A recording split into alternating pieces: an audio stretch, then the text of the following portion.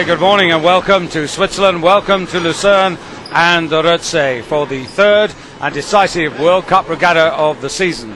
A really high-class field here assembled in all of the Olympic category finals, which we will bring to you today in two sessions. A morning session over the next 2 hours in a not so familiar order of racing, and then after a 70-minute break, the afternoon session ending up with the women's and men's eights. As you can see, the temperature already 24 Celsius and it's due to go to 33 Celsius, and the humidity at 41%.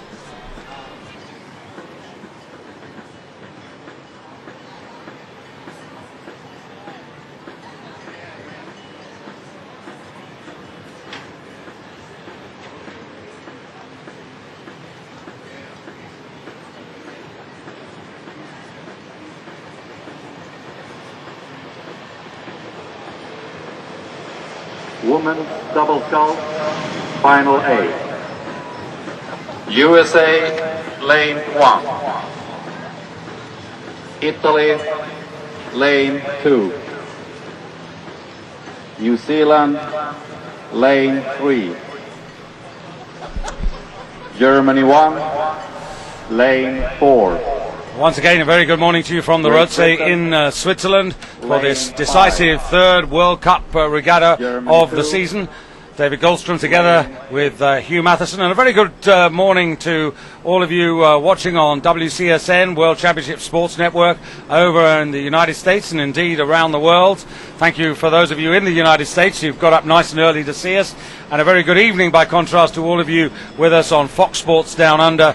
I hope you'll be staying with us into the early hours for this crucial regatta, which regularly every year makes significant pointers towards the World Championships, which of course in Munich at the end of August this year have extra significance in that they are the qualifying regatta for the Beijing Olympics in 2008. Well, Hugh, couldn't be a better day. This is the Lucerne that everybody waits through their entire careers for. Sometimes the wind and the rain come pouring down out of those hills straight down this course, and it's hell on the water. But today it is perfect. As you say, it's going to get very hot later on this afternoon, but warm muscles mean fast times, so people like that. The water is fairly warm, the water is very deep, everything is right, it's absolutely flat. There are little bits of breeze here and there, but that's just the warm air stirring, nothing serious, and in these flat conditions we can look forward to perfect racing. Indeed, in this wonderfully protected nature reserve, and it really is as it ever was here.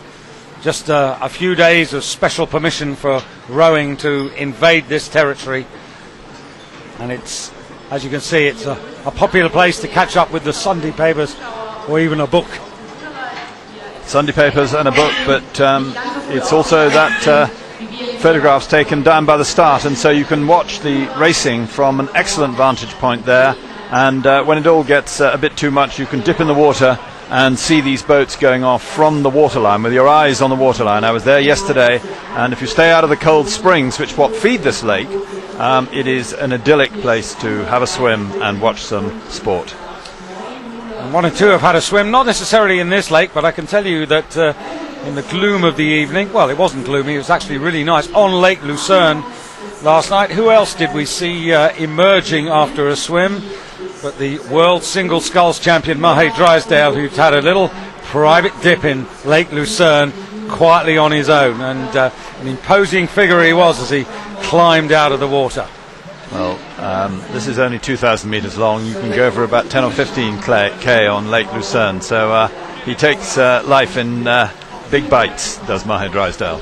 Well, we have a terrific programme for you, and in a slightly unusual order here, which was requested by Swiss television. They had hoped that one or two more of their crews would be in the final. Sadly for them, it hasn't worked out, but it's made it quite interesting, and we are just now a few minutes away from the start of our first final, which will be the women's double sculls, followed by the men's double sculls, and then the women's and men's pairs before we move to the individual women's single sculls.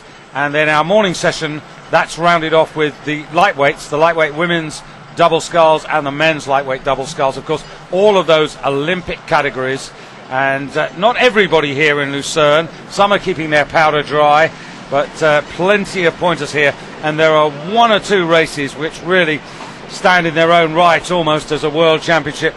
And those are really to look forward to, not least of all the men's pairs, with the reappearance of the world champions Duncan Free and his colleague Drew Ginn. 4 minutes. So it will be the women's double sculls that get us underway, and real interest in that, of course, with the Evers-Swindale twins for New Zealand, Georgina and Caroline, whose colours were lowered last year. Bronze medalists, they ended up behind the Australians, who it seems have yet to resolve their particular ambitions towards the World Championships. Liz Kell and Brooke Pratney not seen this season.